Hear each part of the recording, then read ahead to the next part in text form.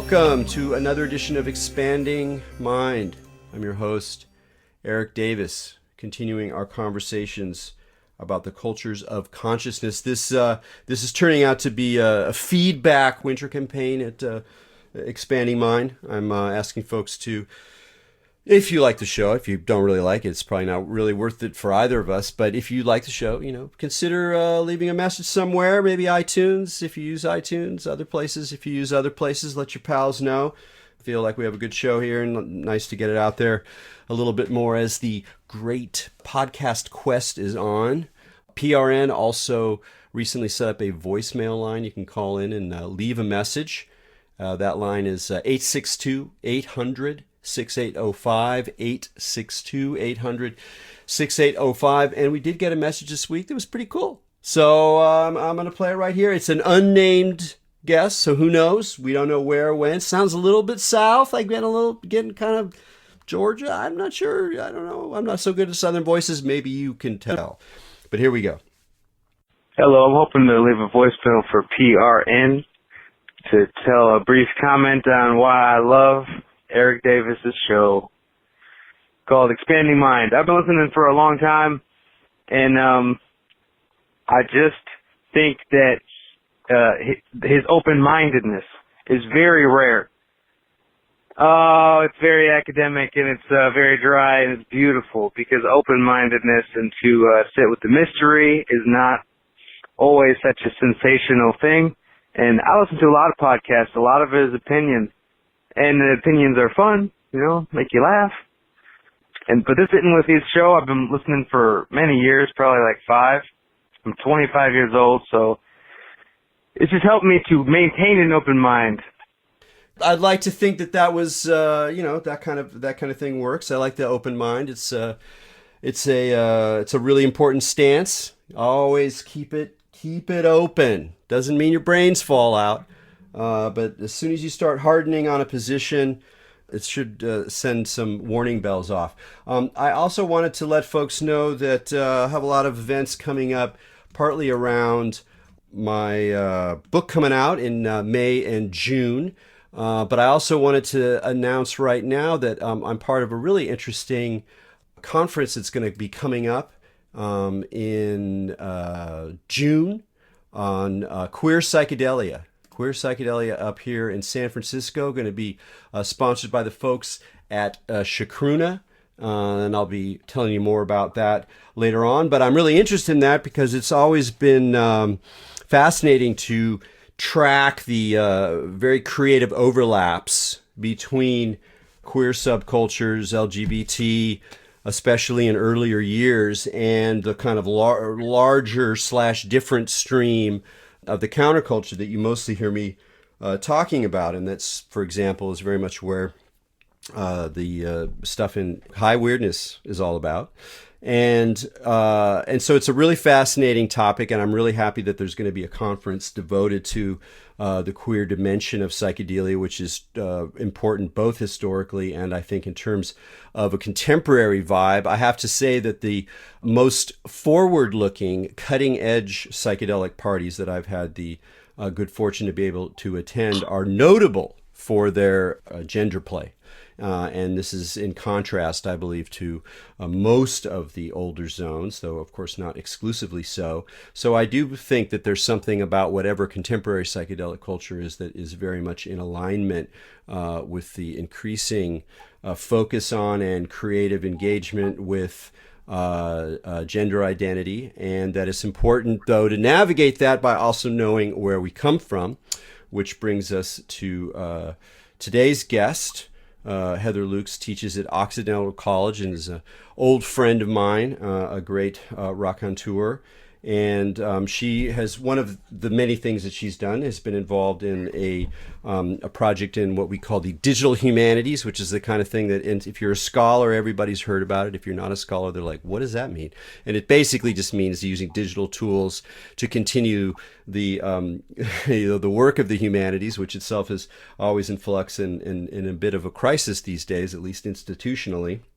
So this is one of the ways people are trying to refresh the stuff. And Heather was involved with setting up the Grit and Glamour of Queer LA Subculture, a website, an interactive example of digital humanities using students doing research and developing archives and going through original archives and translating them to the pixel screen. We'll talk about that later on. But first, I'm just interested in introducing Heather to the show. So, Heather, welcome to Expanding Mind.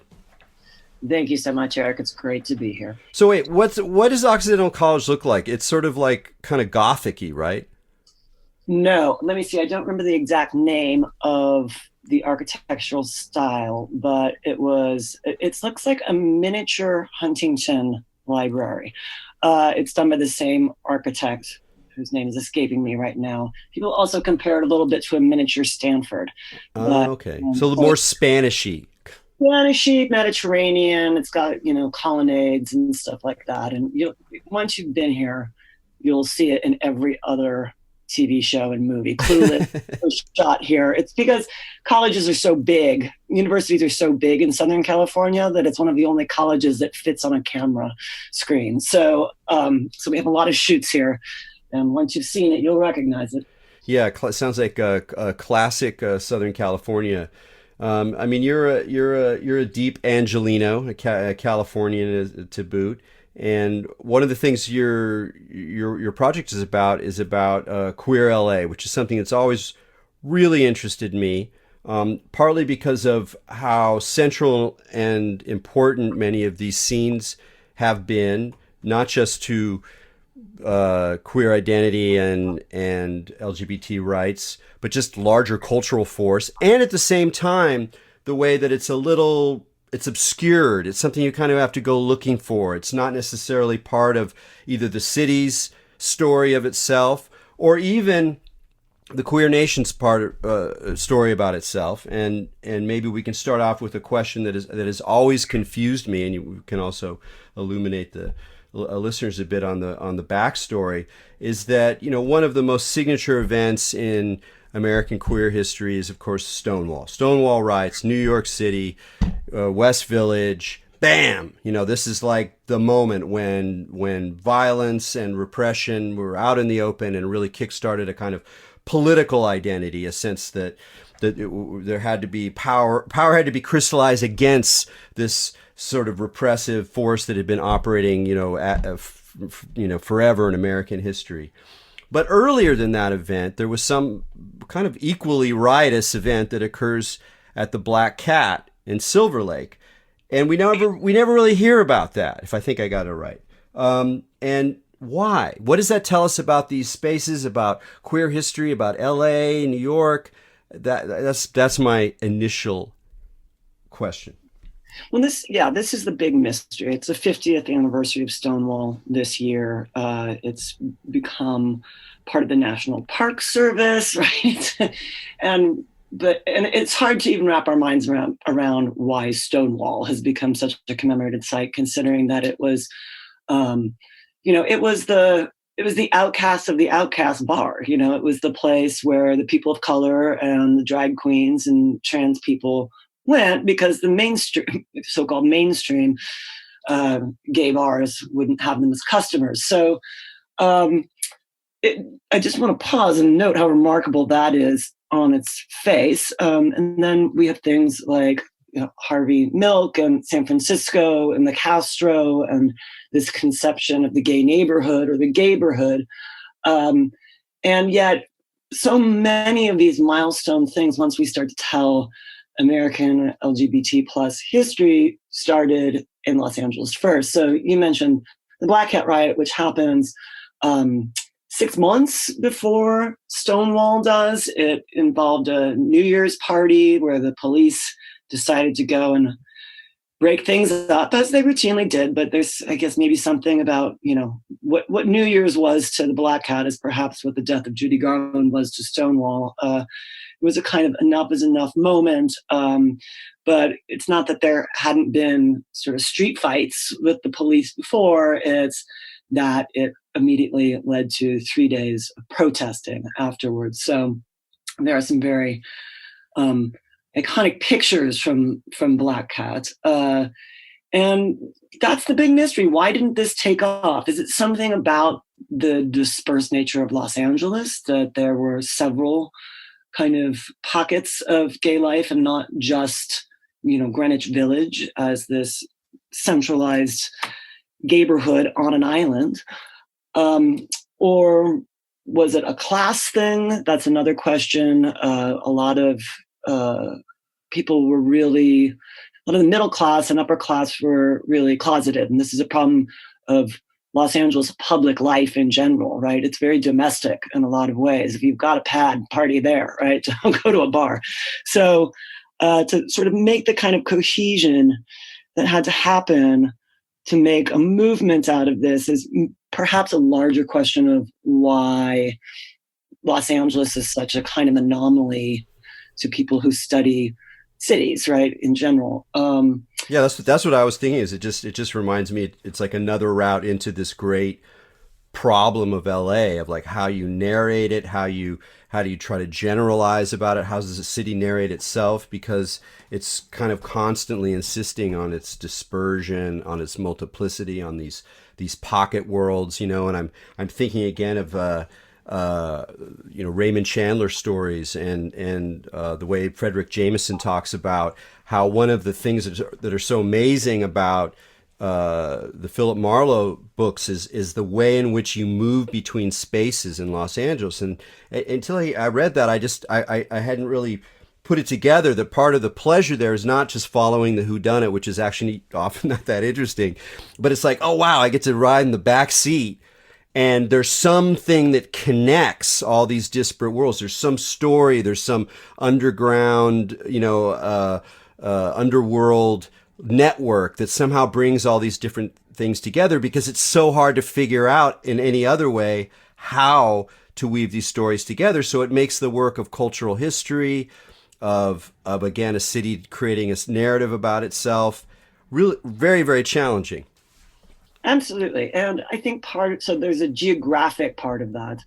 And then there's the mass cultural part of it. This is the home of Hollywood, which, is actually a neighborhood in addition to being this apparatus of the film industry and the entertainment industry. And, of course, this is writ large, and the documentary Los Angeles Plays Itself, which many people forget is actually named after a gay pornographic experimental film that came before it, that has a much more sanguine view of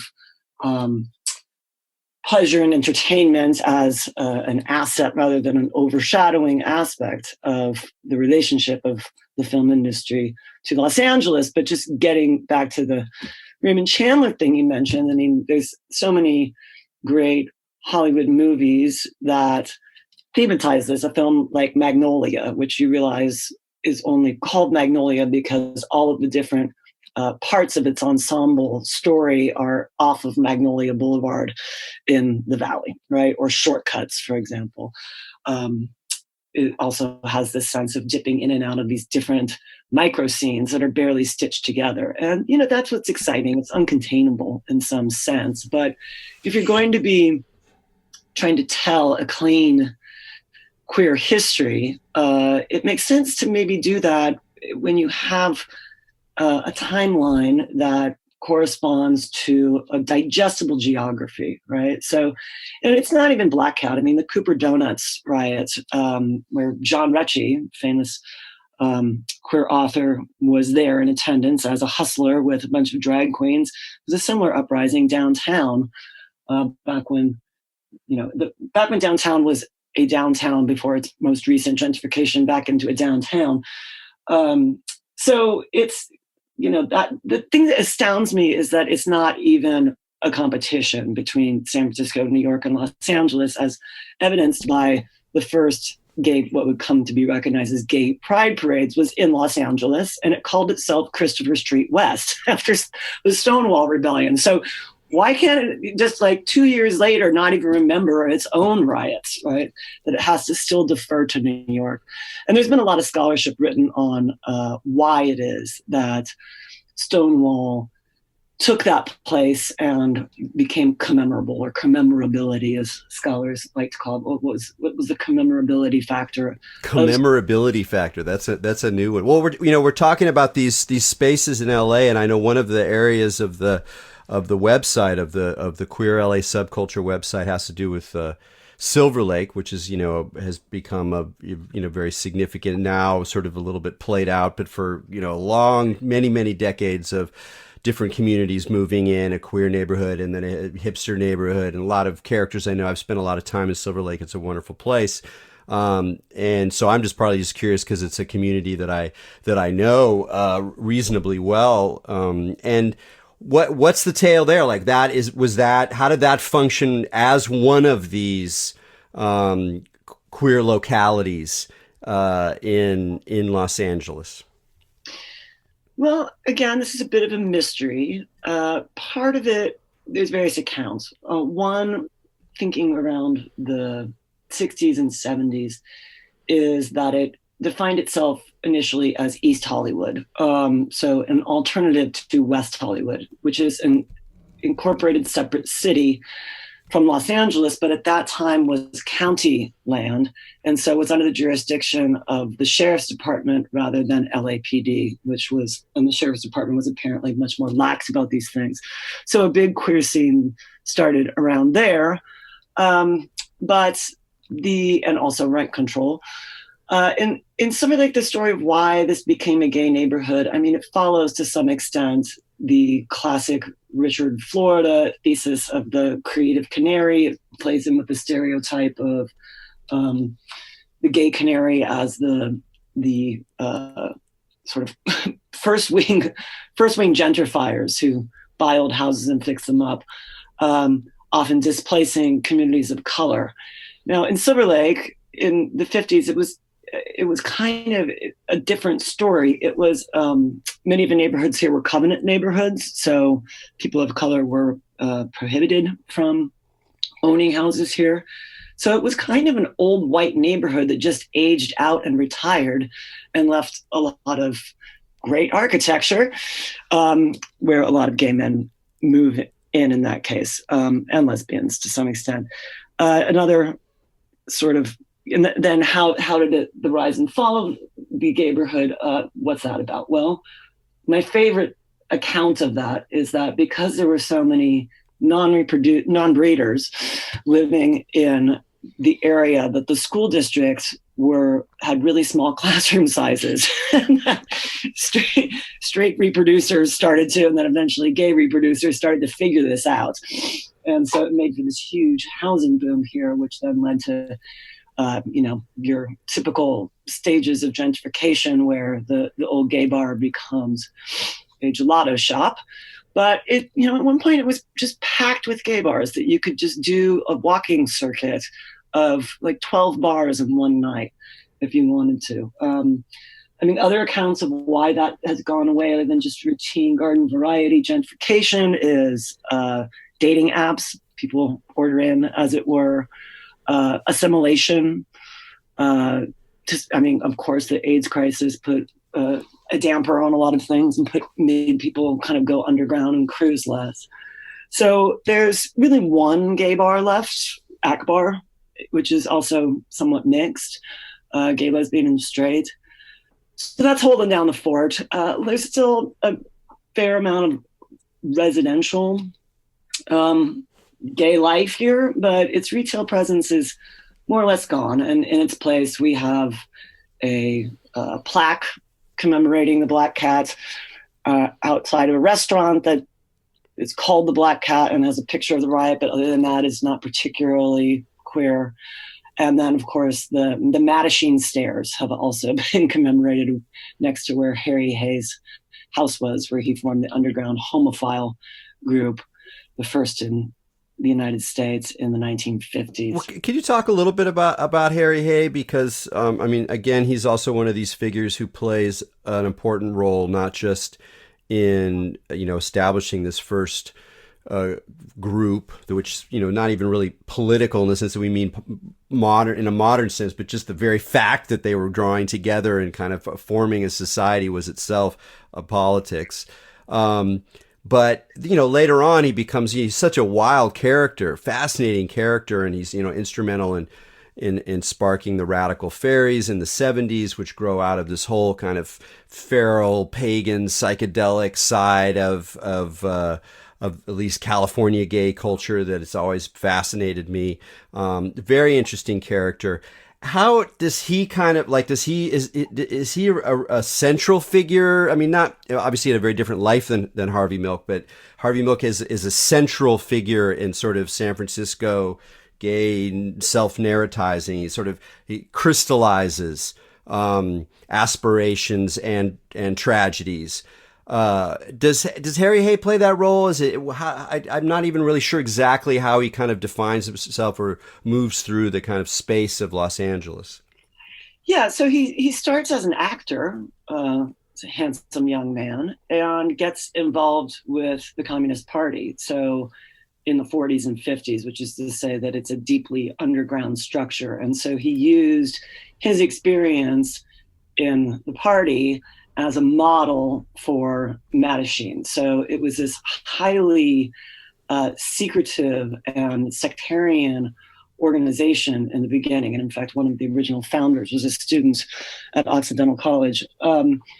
And it grew, it became a little more above ground, and then Mattachine splits and basically tosses out Harry Hay because the second wave of Mattachine took the idea of being underground as synonymous with being closeted, with being assimilationist. Around the time of Stonewall in New York, you have that version of the more conservative wing of Mattachine still active. So you'll see the name. But Harry Hay drops out and decides the organization has gone in the wrong direction, and then eventually does form the Radical Fairies, with a group of other men who at that point have it seems to start mostly in the Southwest. Wouldn't call it headquarters LA, but part of it is about roaming around the different sites of nature. So they wanted to have more expansive. Well, talking around the feral roaming around side, one of the exciting points on your website is the in progress Rough Riders, leather motorcycle clubs, and the defense of queer space. And there's not, as we've talked about, it's not as robust as it could be, and that's partly involving students and the challenges of doing these kind of archives. But I just didn't really know very much about that. Like our model of, the California biker is the Hell's Angel is this, or Marlon Brando or whatever. And they're pretty, at least on the surface, conventional macho characters. So can you say a little bit about the like in a way the origins of the leather scene, like what these early biker clubs were about and how they functioned as gay spaces, as forms of new identity creation? And it's just another one of these great subcultures that we can now look in the rearview mirror and maybe we make a plaque somewhere, but they're still so fun to talk about, and I'd just love to know more. Yeah, it's just amazing. So I'm teaching this class again this semester, and we're about to go into the one national gay and lesbian archive to start off by looking at the one processed collection that they have, which is from the Blue Max Bikers Club. And so this is a bikers club like any other bikers club. This is, Hollister. This is Marlon Brando. And it's very much this story of men going overseas in World War II and getting to ride motorcycles and, getting to wear these cool outfits and coming back and wanting to, just ride. And then that also segues in a really interesting way with Mattachine, which is the homophile movement. So there, in addition to Mattachine, there were these other homophile societies that were modeling themselves after fraternal organizations like the Masons. So you have these really funky homophile associations like the Anubis Club, which takes on all of this the Anubis Society, which takes on all this Egyptian iconography for really no particular reason, but is structured like the Masons. So this idea of a kind of homosocial continuum between straight fraternal societies and gay fraternal societies. And gay male motorcycle clubs and straight male motorcycle clubs, which would seem like a point of friction. I mean, one amazing story, and at this point apocryphal, we can't find a site for it, is that the Satyrs Club, which was founded in 1954 and is the oldest extant gay organization in the United States, if you can wrap your head around that, that they were on a ride somewhere and stopped at some roadhouse and the Hells Angels were there.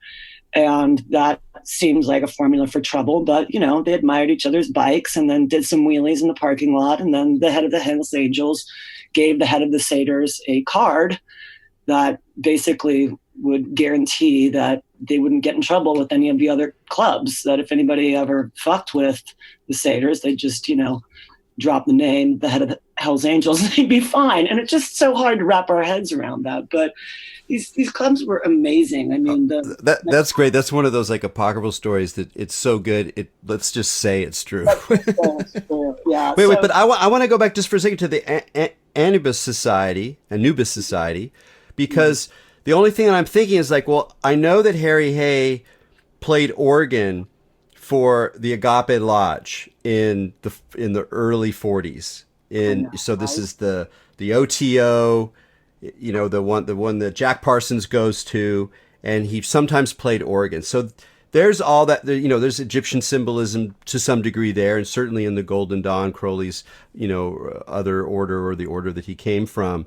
So I'm wondering if some of that Egyptian, even if it was done in sort of just a playful stylistic way as opposed to an actually esoteric way, whether part of it sort of referred to esotericism as another space where there was room for a kind of queer counter history or a queer imaginary, just because it was so contrary, the kind of dominant Christian narrative of what religion in America was about, or was it even more just sort of goofy and playful than that? I mean, I think it was about as seriously a cult as like the Masons or the Shriners. Okay.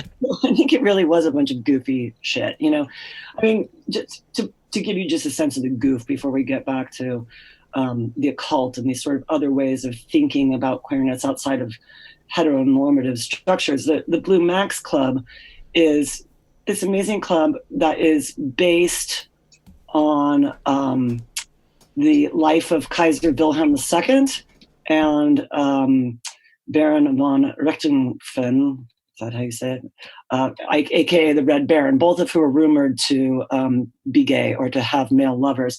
And so this motorcycle club dresses up. I mean, before their collection was processed, I looked into their unprocessed collection and I found myself looking at a box full of unlabeled photographs and a spiked Kaiser helmet.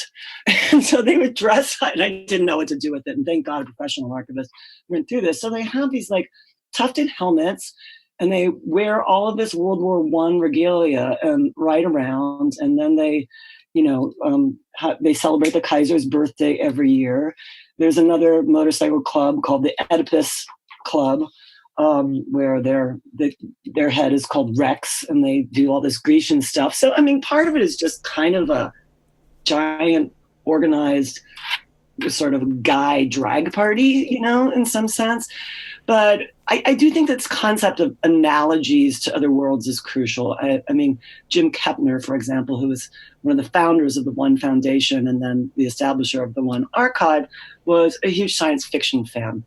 And Edith Eade, whose moniker was Lisa Ben, an anagram for lesbian, who published the first lesbian Z magazine, vice versa, also a sci-fi fan. And they both analogized organizing gay people together on the model of science fiction fan clubs. So conventions, the sci-fi conventions that they would go to, pen pal situations, zines, right? This was the very foundation of it. So these analogies, less of what we think of now when we think of like intersectional identities or analogies, what's known as the like race argument around gay rights, are, I think, much more interesting when you take them to these roots of why it would even occur to people to organize gay people into groups other than the person that you want to date, or your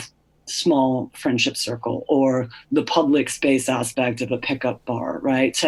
To think of this as, well, straight people have motorcycle clubs. Why don't we have a motorcycle club? There's these like Masons. Let's get some, groovy Egyptian stuff going and see if we can make a fun club. So, and I do think that Harry Hay probably transported some of that occult stuff to the Radical Fairies, who are quite secretive. That's a subculture we've not been able to really crack yet. They don't.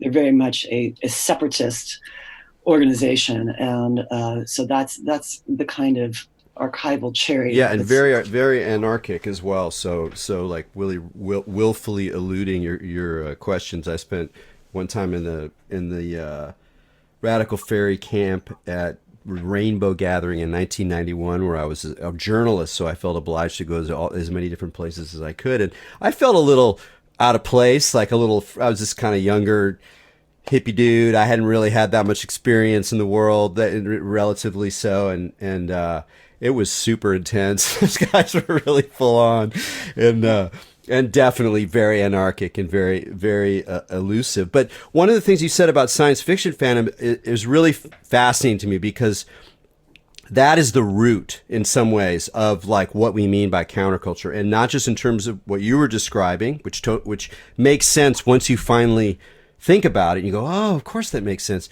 But it's also true that like if you trace early rock culture, like late 60s, especially rock writing, the kind of like the sass and the kind of like street gutter talk and all the kind of meanings that grow up around rock music, and you trace where those guys come from, and they all come from science fiction fandom. So they were all making zines in the early 60s. And then you go back and you realize that science fiction fans, in a way, it's the first kind of like internet mailing list kind of vibe, and way back to the amateur press societies and how it comes out of those amateur press societies. But they were also experimenting with non-normative sexuality, again, back in the 30s and 40s, there were open marriages and polyamory, and presumably a greater tolerance, at least among some people, for all variety of gender and desire expression. So there's something really interesting about that, and about the way that subcultures, not always, but it seems like they do well with an imaginary. They do well with a fantasy that can be both asserted and then kind of played with, and that logic seems so kind of appropriate, at least for a certain period of queer life in America, where it's like it wants to be out, but it can't be totally out, so it has to be kind of playful. It sort of needs to be somewhere you're not going to notice it, but it also needs some glue to be more than a pickup scene or your lover. If it's going to have that larger collective dimension, there's usually some kind of fantasy or fiction or imaginary or history or some kind of stuff that adheres to it. Absolutely. And I think that was especially true. So it's not just, it's an imaginary, I think, and it's sometimes, and it's also about media, right? About the fanzine, about the pen pal, about, I think that we, in terms of having an imaginary and then having a lack of imagination, right? That looking at sort of understandings of culture around public and private, that doesn't make sense when you're talking about a gay motorcycle club, right? Yeah. Like the public and the private kind of fall apart there, right? When you're going on road trips to camp out at Badger Flats, and then you also have, they're meeting at people's houses, and you're going to these biker bars that are also containing other subcultures within them. So yeah, I think that it's funny the effect that this class has on my students, because they often leave quite sad and about the lack of imagination that their contemporary queer lives offer them. That this idea of a kind of occult in the broadest sense of the word occult, right? This is the cost of assimilation, right? That there are these pleasures of the underground, even if it's the condition of your broader oppression in some other way. But it's that crucible of surveillance often makes for massive creativity, as opposed to the flattening aspects of rights-based discourse or, massively linked common culture now in the era of the internet. Yeah, I mean, this gets into something. I mean, we've talked about this before, and one of the comments you made that really stayed with me is how that in a way, even the very concept of subculture is kind of not so useful necessarily these days, at least for a lot of the zones where we used to apply it. So here's a great example. What we've just been talking about, subcultures. There's other subcultures that you've dealt with on the website and elsewhere, in other places like voguing or something, or where there's these sort of intense other worlds that are kind of hidden, kind of available, still porous in some way, but have their own signs and symbols and forms of initiation, of transmission, of narratizing. And in a way, it's like it's hard to feel that these days because they're so public and they get so mediated, and it gets part of this broader conversation that it doesn't even seem like a useful theoretical tool anymore. It's like we've shifted from subculture to identity. Yeah, I think so. I mean, going back to, the classic Dick Hebdige subculture theory of style, it's kind of, and having punk be his main aspect of it. I mean, the concept of subculture was somewhat corrupt in its inception. That's Hebdige's point, right? That this is punk was a kind of publicity stunt in a sense, right? Though it also took on this organic form, and then as soon as it happened, it was over. So, but we're at an even heightened level about that now, where it doesn't even. My students don't understand the concept of selling out. Like, that's just not an operative idea for them. All they want to do is buy in, right? They want to be Instagram stars. They want to have this highly individualistic and trend-based aspect. So it's trends versus subculture is part of it, and things disappear so quickly. So I think that part of, for example, like one of our complete chapters is on the South LA house ball voguing competition scene, and part of what's astounding about that scene is A, its longevity, and B, its organization, that you have to belong to a house, right? That you have a role as a mother, as a father, as a child of the house, right? You're in, there's an initiation. It's so old school in some sense. And I'm wondering and that's culminated in, last year's Ryan Murphy show Pose, about the sort of so-called classical era of the house ball scene in New York around the time of AIDS, and is based off of the Livingston documentary Paris is Burning. So why is this fascinating to this generation, right? I think that this, I don't want to make such a kind of nostalgic argument of the sociological study Bowling Alone, right? But this I think we can credit queer culture with maintaining some of these older, up through the late 20th century forms of organized communalism on the one hand, and then subcultural style that can survive popularization. I think that's very well said. We're talking on this topic of subcultures and the law, the changing underground, the kind of loss of a sort of underground position, and this reminds me of another comment that the fellow who left the voicemail at PRN made, and it's so perfect. I just have to play it right now. So, one last thing is, I know that Erik Davis is worried that there's no underground, and that's just, I think, because he's old. So it's probably true. I'm definitely not. So I'm now devoted to no longer believing that the underground is over. It's just that it's hard to pull off. Let's put it that way. And I actually, before we go on, I have to say that inevitably you think in terms of generations. It's like my generation is this characteristic, and that we're different. The kids today are different, and a lot of times we think about it in terms of technology. Oh, they're digital natives. They grew up. They don't remember a time when there wasn't a cell phone. Blah blah blah. That's the standard way of thinking about it. And then there's more nuanced accounts of how they relate with identity and politics and things like that. But to me, like in terms of my particular ethical and aesthetic orientation to the world, my personal personality, the thing that is the most jarring, the most significant, the most of a crack is precisely that I will never be able to leave the model of selling out. And that's a possibility, that there's some kind of authenticity or some kind of tribal ethic or some kind of commitment to some external thing, however much I can critique it in the rearview mirror or see that it's just a symptom of the same problem or something like that. There's still, as a value, I just can't let it go. And it informs my decisions. Oh, that's too cheesy. That's selling out. That's whatever. And it doesn't seem to really be a value anymore. Or if it is a value, it's so reformulated that I can't even perceive it anymore.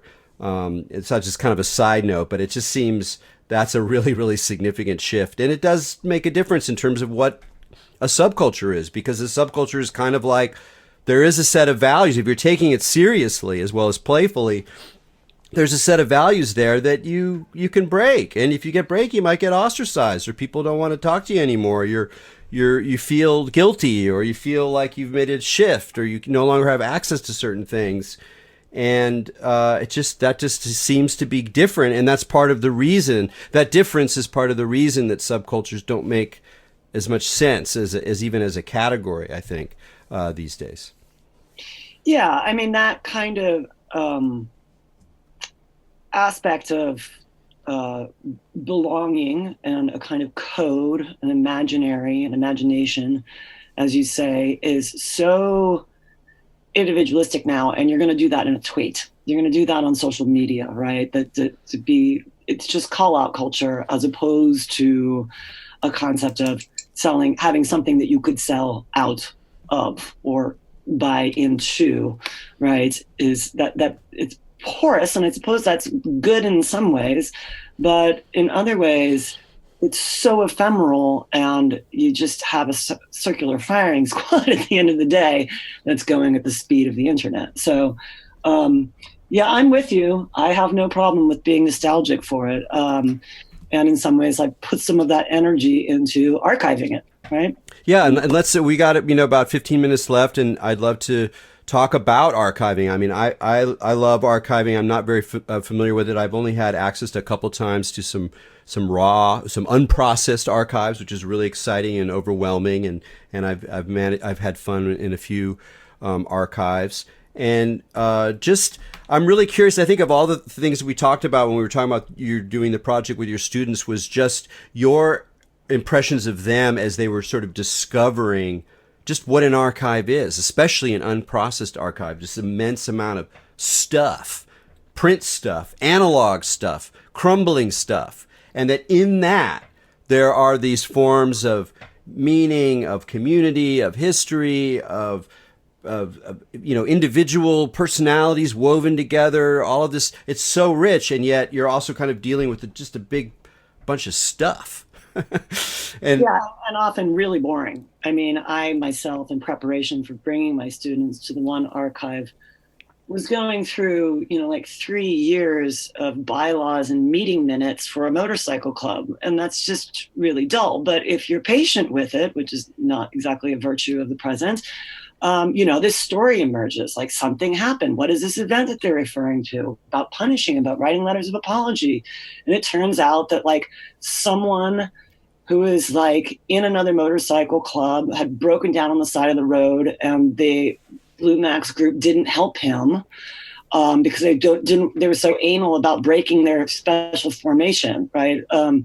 that they were writing in that moment. And this resulted in all of these clubs coming together at Badger Flats, which is up in San Gorgonio, and getting in a fist fight. So, it's like that's sitting there in these meeting minutes, right? And so the patience of that is, I think, a virtue. I think that part of it is that this generation, they brought back vinyl, right? So there's this kind of oversaturation of the digital that is reinvesting this kind of, aura, thinking about like Walter Benjamin's idea of the aura of the original in the age of mechanical reproduction, that they're really turned on. I thought that they were going to go nuts for this, scale or this multimedia book and exhibit format that we were putting it on, that they would really take to that, but they really hated it. They just wanted to get back and touch the stuff. They were just kind of endlessly fascinated by it, and certainly overwhelmed. But I think that I was so product oriented the first time I did this class and tried to build this website. And I've kind of given up on that. I just really want it to be experiential and a process oriented, aspect for them to touch as many archives in various states of collection and processing as I possibly can. Well, it's also such a key time in archiving because, not just these queer subcultures, but all manner of countercultures. A lot of those folks are dead and dying, especially from the really, the crazy eras of the 50s, 60s, 70s, and the 80s, whatever. And yet there's so much media. I mean, there's so much stuff. It's amazing how much, if people were keeping stuff, there's flyers, there's 7 inches, there's zines, there's posters. I mean, there was such a lot of print going on, as well as all the different kinds of recorded media. So in a way, it's a treasure trove. And at the same time, it's often in very kind of obscure situations. And do you seek out like fresh unprocessed archives and try to get your students involved with those, or they tend to be ones that are already kind of being worked? Yeah, well, 15 weeks with undergraduates is limiting when it comes to doing real archival processing. But when we did so our contact with the house ball scene in South LA is with this nonprofit organization called Reach LA, which is 25 years old. And they are just, a very busy, underfunded nonprofit doing HIV/AIDS awareness and arts training, even like they train people how to Vogue, right? In downtown LA. And they're so busy, but they've accrued 25 years worth of stuff that's just stuffed into this room that's called a library and a storage room, which really doesn't look any different from the library. And so we got to go to their headquarters and just go through their stuff. So, my students are holding up these super beta cassettes that are bigger than their laptops and being like, what the fuck is this, right? They're playing these old videos from like the early 90s. They're looking at a wall that's just like 6 feet of stacked, unused, completely out of date condoms, where the organization is like, we don't know what to do with this. Do we just throw it out? Or is there something of archival value or even museum quality value of just looking at this stack of unused condoms, right? What does that signify? Is that success? Is that failure? Is that nostalgia?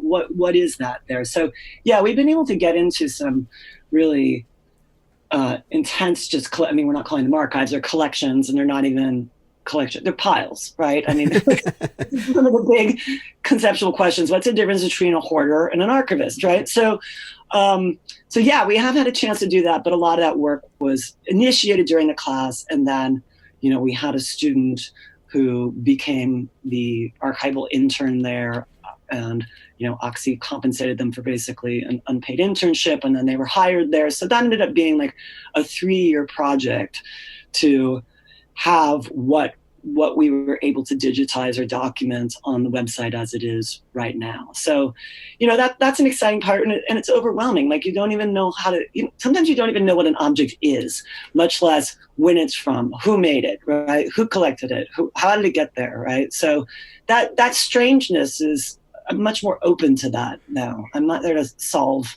the problem as much as maybe I was as a younger. Oh yeah, no, I see what you mean. I mean, it's very enigmatic and in a bit disturbing, not in like a creepy way, but just like the sense of not being able to place something, or that it simultaneously occupies the space of utter trash, something that should be forgotten, something that should be noted but forgotten, and going up the scale to should be framed or, scanned immediately and placed in, whatever. And then just all the questions of where it came from and where's it going. And it's really, really remarkable how many objects from the past hold that enigmatic character, almost as if they're saying, well, do you want to remember me? I mean, do you want to tell a story that involves me? And if not, that's fine. But like, it's sort of your choice, and you're like, I don't know, who else would want, and then the whole problem of like, you're creating an archive, ultimately down the road, you're creating an archive for other people to ask questions that you can't imagine. So then It becomes like, well, everything's like that. The whole history of the human race is like that. So it gets like weird, very vertiginous in a way that I never realized until I actually got my hands on a pile where we were looking for cool stuff and found some really cool stuff, some expected, some unexpected, amidst a lot of trash. And there's something, if you're a history fan, if you're a collector, if you like this kind of stuff, it's really, I think, really important to get your hands dirty a couple times, because you learn something about history and time and memory and objects that seems really key. Yeah. Archive fever. It's a real thing.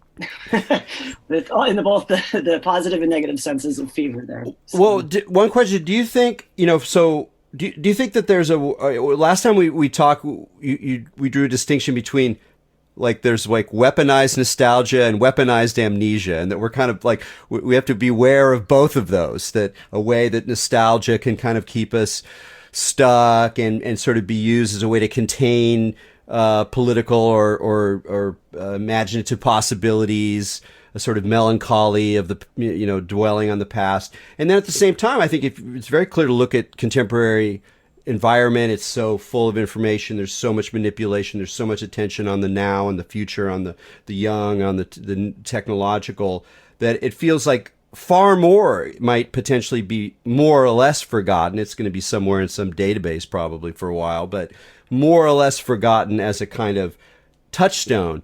How do you wrestle with that kind of issue when you're teaching people about history and about cultural memory? Yeah, well, I think that, as a pedagogue, as a teacher, I think that I have to deploy weaponized nostalgia, or else the question is, who cares, right? So once I get to that point, though, as I said, like a lot of the young gay men in my class, by the end of it, were angry, right? And we had this guest speaker from UCLA who's working on this sort of stuff come in and talk about this. And what does it mean to be nostalgic for something that you didn't even experience? I think there is such a thing, and that's what my students were experiencing. And this young scholar who is about 30 and also, sort of missed the heyday of gay life post Stonewall, was like, yeah, but there's a great chance that you'd be dead now if you had lived through that. Yeah. Thinking AIDS, and this AIDS being, this vortex, this like hole in the middle of it, so that it prevents in some ways us from getting too excited about, wow, I really missed the 70s, because then comes the 80s and the 90s. And so it's I think it's very bittersweet. And I think that AIDS really does have this commanding aspect on all queer historiography, in a sense, no matter how far back you go, right? Because it really is about coming out of the homophile movement about understanding not just a biopolitical aspect of the homosexual as species, right, as Michel Foucault famously said, but as demographic, as culture, in this sense that it, as soon as it's like there's this one decade of freedom and then there's apocalypse, and that this is still our recent history, and it's not something that my students remember. They know so precious little about HIV/AIDS and what happened. That's amazing. I would have thought that would be like, the Holocaust for a Jew. Like that would just be still like a dominant story. But that's sort of what it indicates to me again. Like it's so hard, partly just, this is probably always the case, to know how another generation is remembering history in a general sense. But that also, is that something about the cost? Like, it's the cost of assimilation isn't just that you no longer have access to these subcultural pockets and pleasures, but that you almost have to sacrifice some of your history to really make that assimilation. And the analogy that comes to my mind is psychedelics. Right now, as it gets mainstreamed, as it gets medicalized, as it gets embraced as a medicine, it requires a forgetting of the feral, crazy, anarchic, dangerous, sometimes very damaging kind of sets of associations. It kind of needs to be, and whitewash isn't quite the right word, but it's almost like you have to really assimilate, you kind of have to leave some of that cultural memory behind. Does that make sense?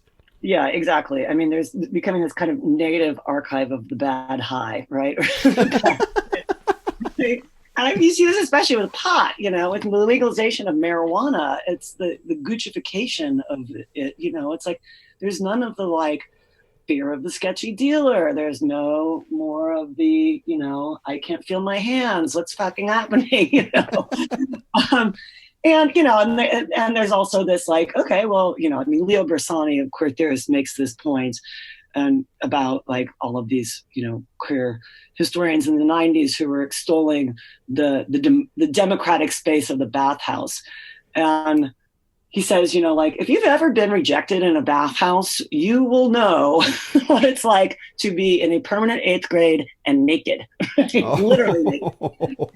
Wow, that came through like a stab to the heart. Oh God, can you imagine? Jeez. So I mean, there is a danger in this kind of nostalgia, and I think that there is an ugly side. So it's not just the ignorance of this generation of younger people not knowing about HIV/AIDS except as a global phenomenon. There's also a really deeply internalized sense of individual and group shame from the generation that went through it, right? And survivor's guilt and all of this negative affect around it that is having a historiographic effect on how we think about it, right? In some sense, there hasn't been nearly enough work done on this epochal moment. You know? Well, great. We're going to have to wind up there. I'm sure you keep going, but Heather, thanks so much for joining us on Expanding Mind. Thank you, Eric. It's been a pleasure. Great. Heather Lukes, check her out. The website, The Grit and Glamour of Queer LA Subculture. And until next week, keep your minds open.